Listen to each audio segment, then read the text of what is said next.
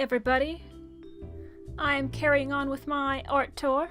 This part is going to be part 2 of my fabric art adventure. We're going to be covering all the stuff I did in advanced fabric art. In the previous video, I went over everything that I did in intro fabric art. So there was 3 intro classes I covered. If you're curious to see that, you can go ahead and check it out. I'll leave a link in the description or a link in one of the corners. I don't know. And if you want to check out other parts of my art tour, there are plenty. I'll leave a link to a playlist in the description, or maybe I'll put a little card for that in here too. We'll see. We'll see. So again, this video is going over advanced fabric. There's gonna be some cool stuff in here, some terrible stuff in here, and we're gonna look at it together. So, here we go. Whoosh. This thing right here is the first project I did for my advanced classes. It is a silk painting, similar to the one we saw earlier. Now, I don't particularly like this one at all. I think it's a bit of a failure. This certainly isn't one of the ones I'm proud of, that's for sure. So it's just a self-portrait done with painting with dye. And then I have some texture in here done with acrylics. I'll zoom in a little bit. I actually do like the veins that I did though, those look nice. That's the only thing I really like here. So I got this texture here that's done with acrylic paints and acrylic mediums. Then down here we got, I'm dripping black ooze this time instead of blood. Haha. Getting creative, really creative. Then it just drips all the way down to the bottom. Now I have to say, the part that I like the most in this whole thing is just this section right here. Like, I like the really dark ooze going all the way down the fabric, and then we have this white halo around it, and then it has a nice frame of those creepy veins there. So I like that part. Can't say the same for up here. So, again, this is the first project I did. Now, a lot of the other stuff I did in fabric art is very different from this. It's either wearable or it's 3-dimensional. And I think next I'm going to go over one of my dresses, and then we're going to cover these little guys right here. Glorious. I'll be right back. Okay, so this is the 3rd garment I've ever made. I've taken my costume construction classes in my theater design minor at this point, so I actually know how to make clothing from scrap at this point. I did buy a store-bought pattern for this, but I ended up modifying it. I think I changed the top completely, and then I changed the length of the bottom of the dress for this. So it's heavily modified. And I have a mixture of hand-dyed fabrics, which we see right here, and then I have a mixture of a few store-bought fabrics, which would be that sparkly tulle, and then I have some store-bought satin, and then some store-bought trimming. But everything else should be hand-dyed. I used Shibori technique again for the hand-dyed fabric. It is wood grain, like the previous dress we looked at. Now for the dyeing in this, I wanted to focus on reds and pinks, and then white. I wanted to leave a lot of the white of the fabric for the dress go, and then just have accents of red and pink throughout it. These gloves or sleeves or whatever you want to call them are hand-dyed fabric and a red lace that's underneath. And that's another store-bought fabric I used. I forgot. Duh, I have lace in here as well.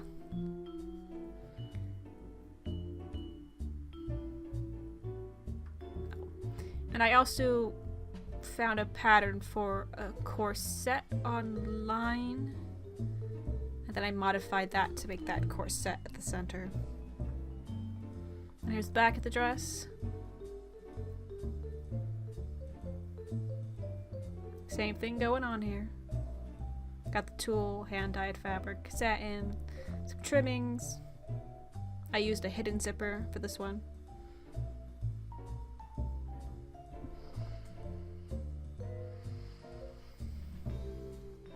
I also used this red tubing. You can kind of see it.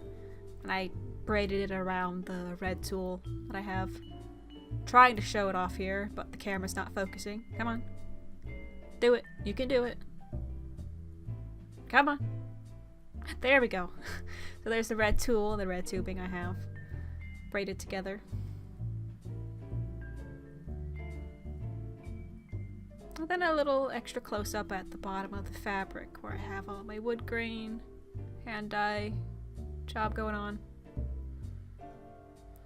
So, here's a fun story. I made this dress in a week. So I drafted the pattern and dyed the fabric and constructed the final dress on about maybe a week and a half. And there was a one weekend where I stayed up for 72 hours trying to finish this for the show I was making it for. Aha! Fun stuff there. So here's a nice picture of the back of the dress. And here is a close-up shot of the front of the dress. So you can see how the tulle would lay over the shoulders. So the shoulders are bare, and then I had the long sleeves that would go up my arm just to the bottom of the shoulder. So that's my third dress down. Let's move along to the next item to show. So I hope you enjoyed that lovely dress. I'm gonna move right along to this thing right here. Yeah, this thing's interesting. So what this is basically is just a bunch of scrap fabric that I stretched over some stretcher bars.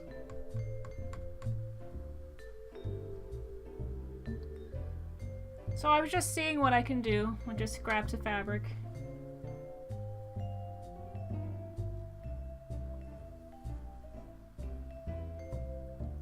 Now I think the whole inspiration for this one was Flayed Flesh, because why not?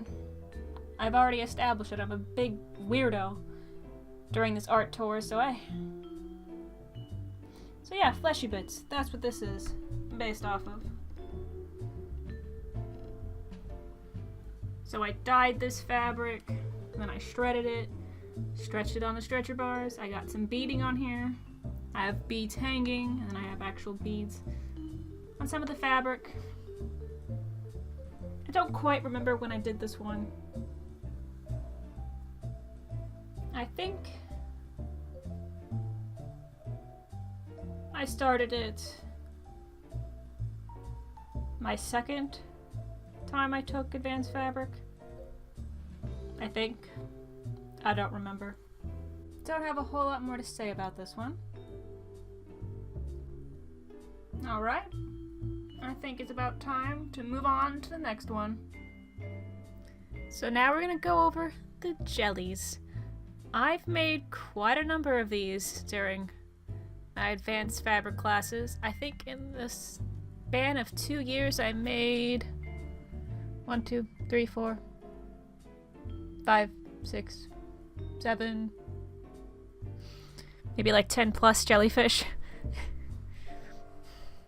I really like jellies quite a bit. This one right here is actually one of the first ones I made, excuse me.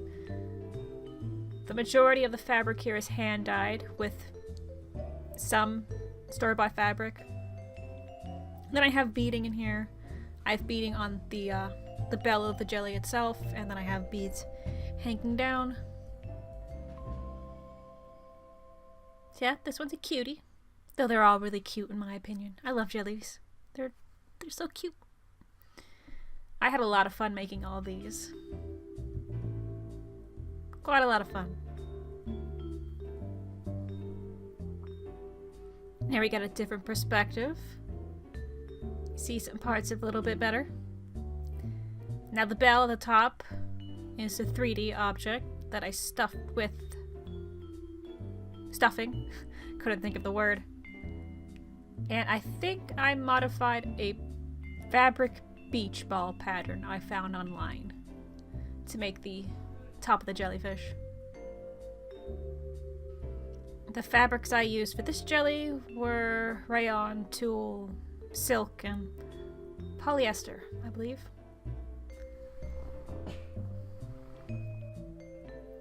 And this little guy is the second one I made. This one is using a different pattern.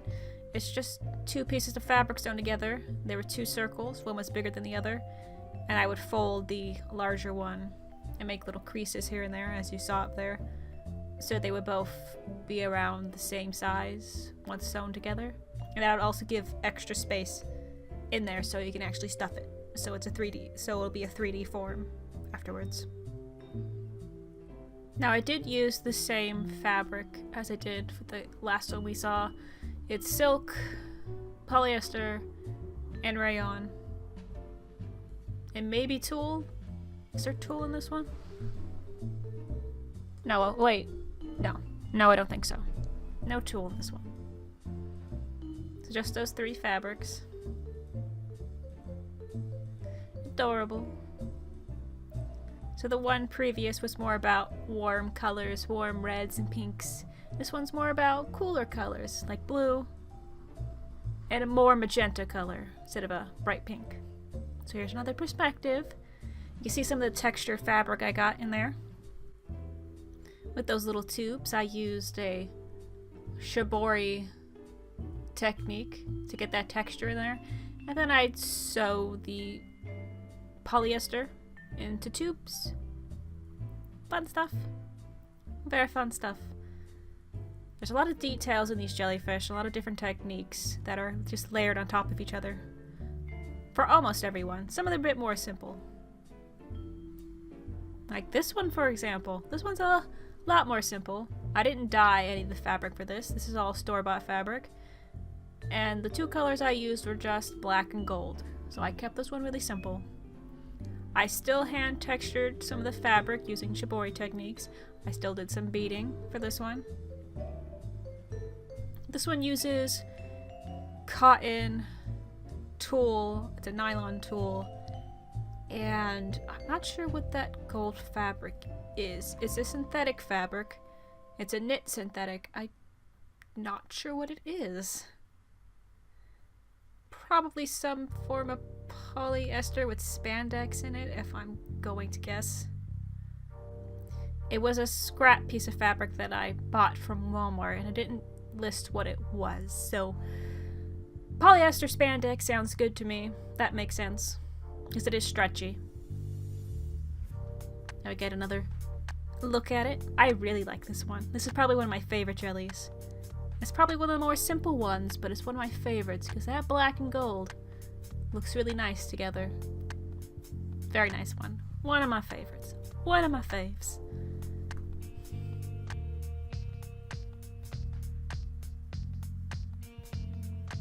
Now we're back to the hand-dyed jellies.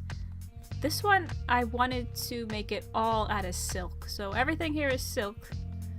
It's silk habitai and silk organza. You can see at the top with the bulb, I used that modified beach ball pattern again. Most of these jellies use some version of that pattern. Not all of them. I think like 2 of them use something completely different. But this one and a couple other ones use that same pattern. So you can tell this one's slightly different than the one we just saw, the black one, because it has these little pinched pieces of fabric sticking out from the bulb. The other one was all just smooth, and it smoothly transitioned into the little skirt that I made it. This one has just little pinches of the bulb sticking out, and then the skirt sewn underneath it. So here's another viewpoint of it. Lovely. I focused on purple and gold for this one.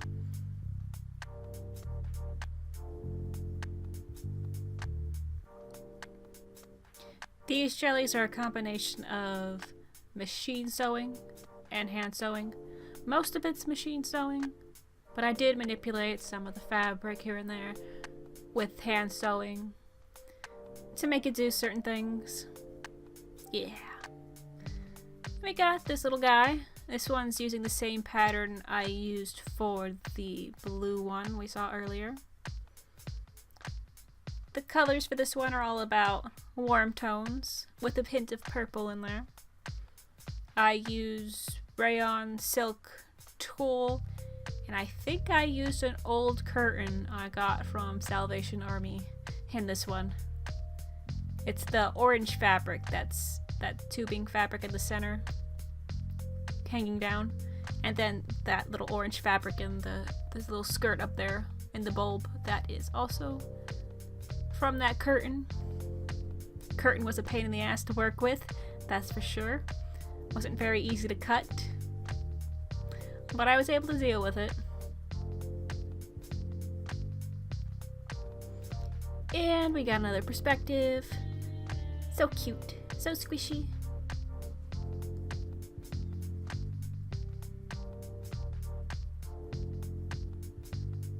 Adorable. I love these jellies. I really love jellies a lot. I had so much fun making all of these. That's why I made so many jellies. They're all hanging up in my room. I had them hanging off my curtain rods. They're all there. Still lovely. Oh, this is probably my second favorite one. This is the same pattern I used for the black one we saw earlier, so this is the exact same type. I think I did this one first, though. Yeah, I did this one first, and then I did the black one afterwards. This one is rayon silk and silk organza with a little bit of store-bought satin. Yeah, I think the little skirt on top with the bulb is satin, and everything else is rayon or silk.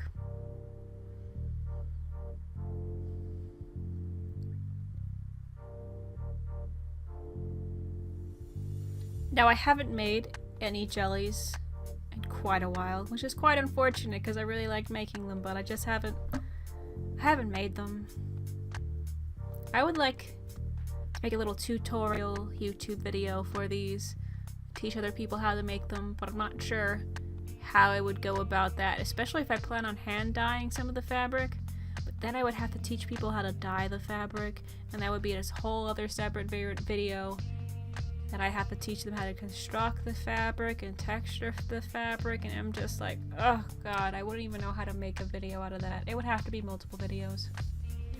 I've tried to make textile tutorial videos, but they never worked, and I ended up scrapping every single one of them, so hey.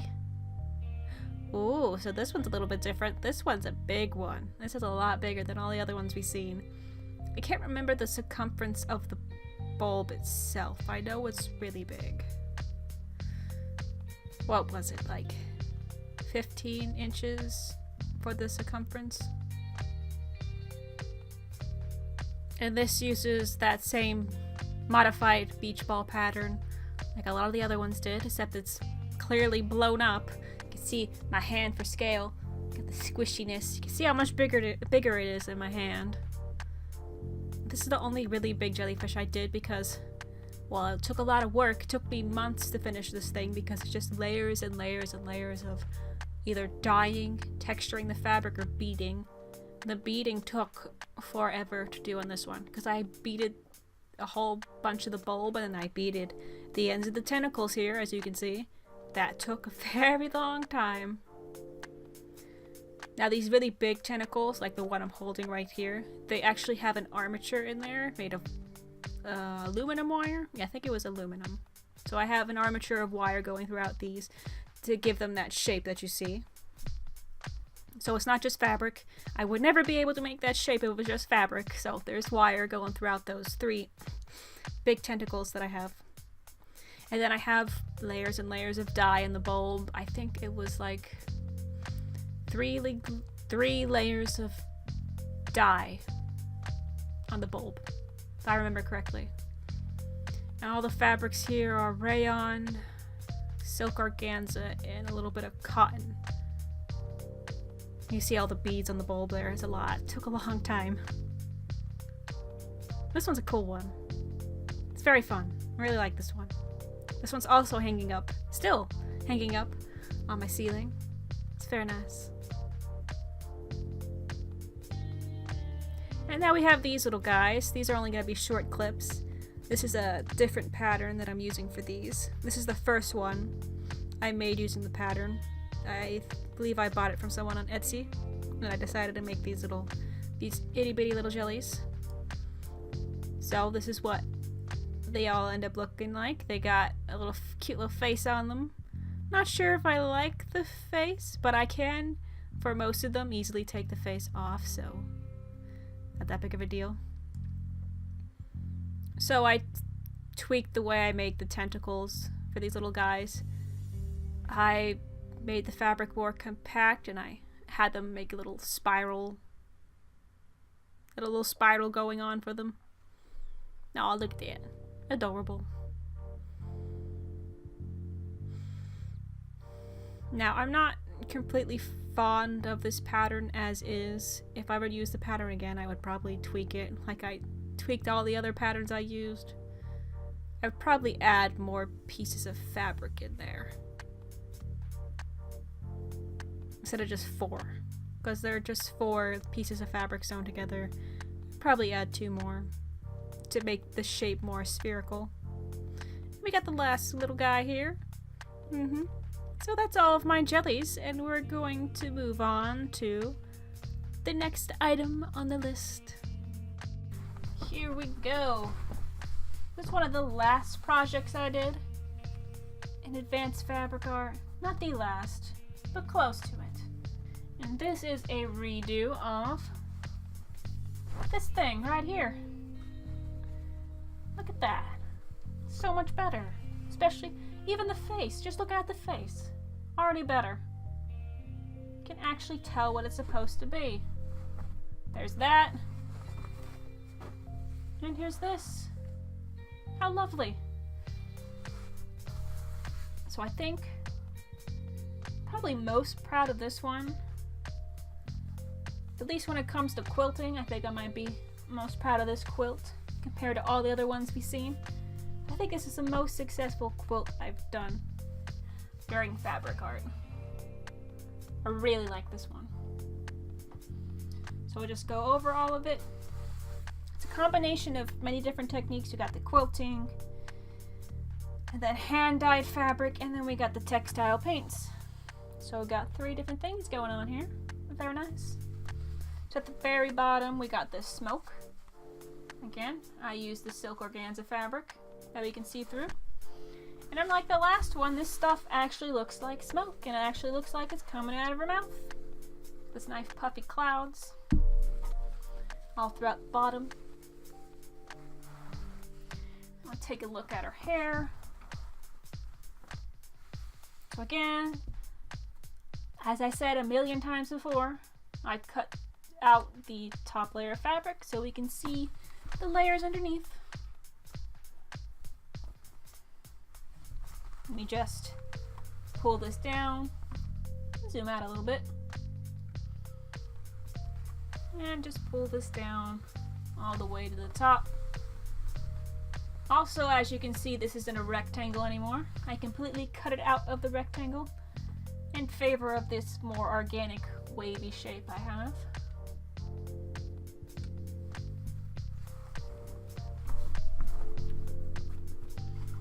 I also forgot to mention on the face, I do have eyelashes in here, but instead of being machine stitched, I sewed them by hand, so they look a lot nicer than I did in the other one. And not only that, but this one's actually finished, so it is reversible and the other side is finished. Look at that! Very nice. So again, there's the old one, not even finished. And here's a new one. Got this nice orange. I really like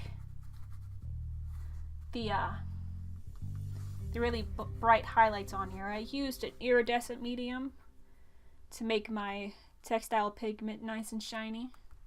So I really like that there. And we got the eyelashes in here again. the smoke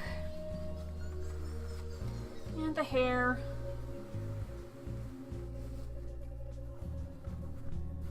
Now, I did this project, I think I finished it in 2016. So there's about 4 years difference in between this one and the other one. And I think I came a long way. I'm not sure about you. This one and the 2 other projects I'm going to show after this, pretty much the culmination of everything I learned in fabric art. So it just kind of shows that I worked pretty hard in fabric. I actually, you know, figured out how to do things, and I made some stuff that looks quite nice. So, really proud of this quilt, and I'm pretty proud of the next 2 projects we're going to look at, so be right back. So this is the last garment I made at college. I actually made this after graduation. I decided to take fabric art yet again after graduation because why not? So I was still using the studio after I graduated, and I made this lovely thing. This is actually a cosplay of Hisako from Killer Instincts. That probably doesn't mean anything to most people watching this, but hey, whatever. I actually brought this cosplay to a convention. So yeah, that's cool. That's pretty cool. So I ended up hand dyeing all of the fabric for this cosplay, and I probably shouldn't have done that since I only needed a solid color. And but yeah, I'm stubborn, and I decided to hand dye it. That was a terrible decision because I was hand dyeing everything in a bucket, and I couldn't fit all the yards of fabric I needed to in the bucket, so I dyed them in 2 batches. The first batch was the right color, but the second batch was the wrong color. And I tried to re-dye it, and it didn't work, and then I just had to buy new fabric all over again and dye that all over again. So that was a fun adventure. That costed a lot of money too, because I went through all of my one color of dye for this thing. Yeah, that costed me a pretty penny. Shouldn't have done that. Should have just bought the fabric pre-dyed, but whatever. So the fabrics I used here were rayon and silk. Rayon is the top fabric, silk is the lining. The silk was much easier to dye. I only had to dye that once, it was fine.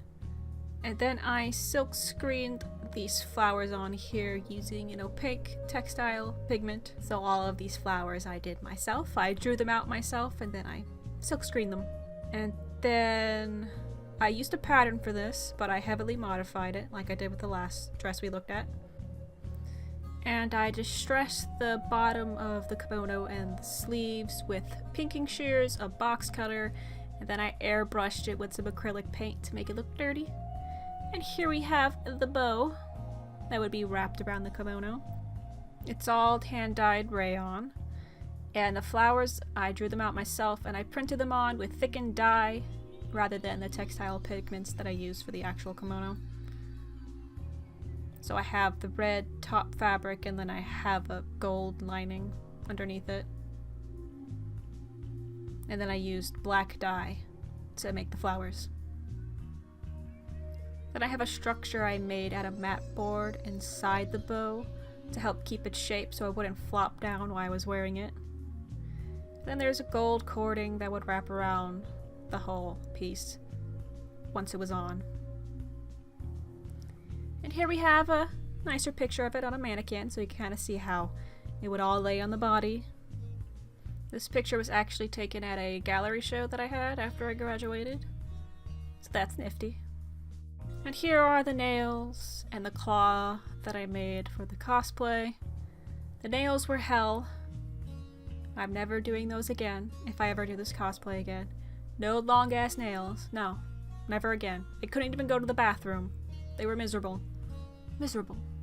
Never again. If I do this again, they will be a lot smaller than this. And here are the teeth, which were also hell when I did my cosplay.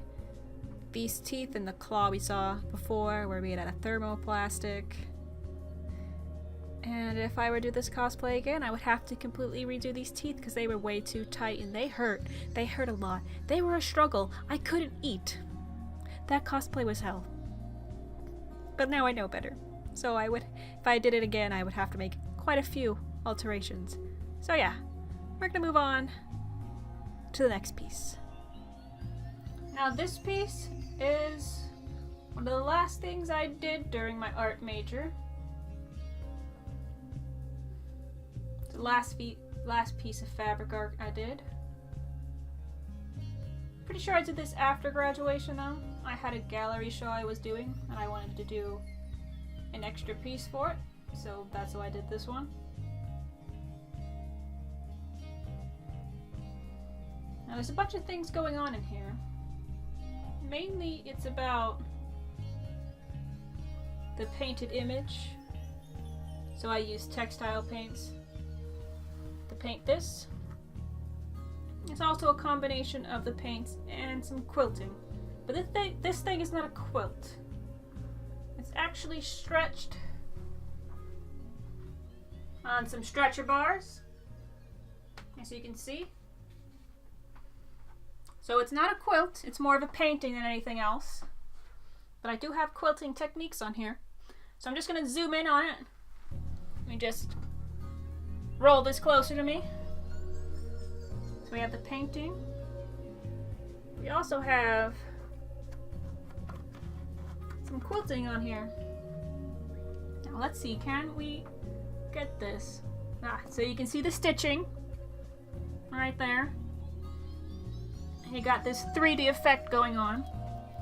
So I did that with top stitching with a sewing machine. And then I stuffed some stuffing underneath the fabric to make it bulge out like this. So I did it up here on the faces.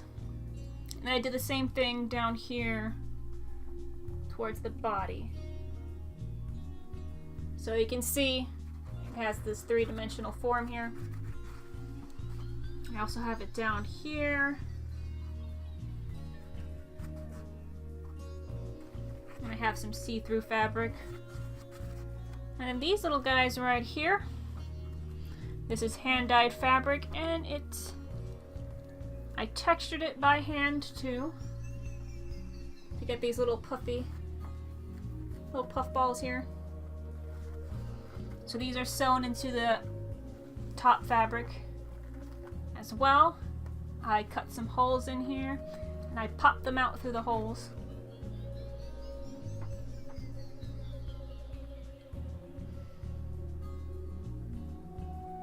Now, I kind of like this one, but I never truly finished it.